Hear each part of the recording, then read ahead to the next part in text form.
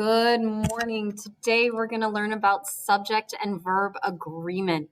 And basically this is just making sure that you have, if you have more than one person in your subject, that the verb goes with it. It sounds like it goes together. So let's start at the beginning and remind each other what a subject is. The subject is the first part of a sentence. It's anything before the verb. So you got to find the very first verb in the sentence, and anything before that is considered your subject.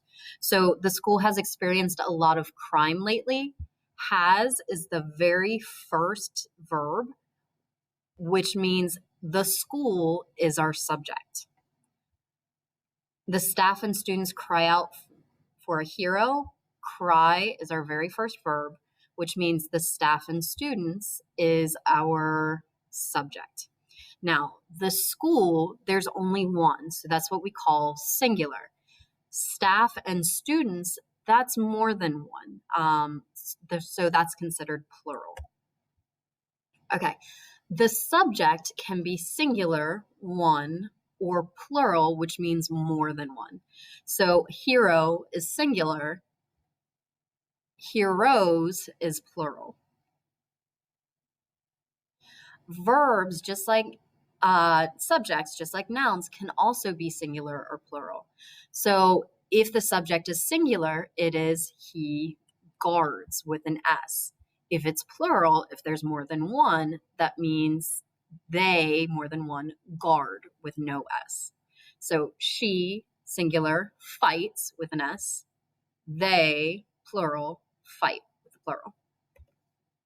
Okay, the subject and the verb have to agree in the plural and singular. So the easiest way to do this is to kind of listen to the sentence, and hopefully you'll be able to figure out, something's wrong. Mr. Klosterman springs into action, or Mr. Klosterman spring into action. Mr. Klosterman is singular, so it's probably going to take the S. Mr. Klosterman springs into action. Likewise, Mrs. Worley's students wonder why she left the class so suddenly. So in this sentence, it seems like Mrs. Worley is the subject, but it's actually the students of Mrs. Worley. So Mrs. Worley is describing the students here. Students is plural, so the students wonder why she left the class so suddenly. So students is plural, wonder, no S. All right.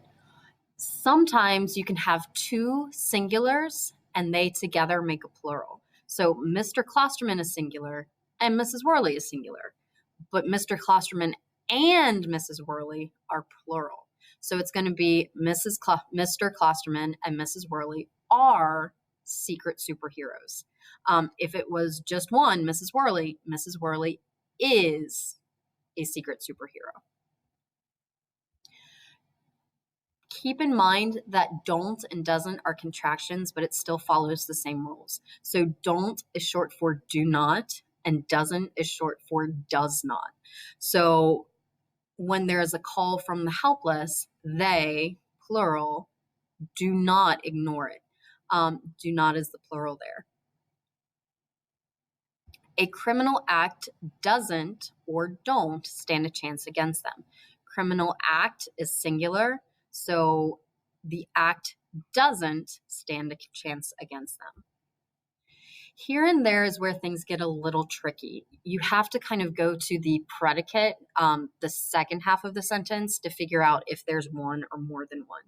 So there are, that's our very first verb, no superheroes as brave as them. Notice superheroes and them is plural. And so that means there here is plural. So you kind of have to look for clues in the other parts of the sentence. So this would be are instead of is.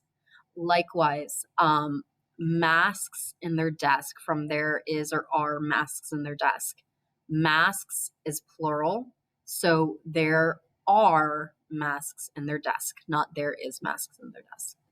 All right.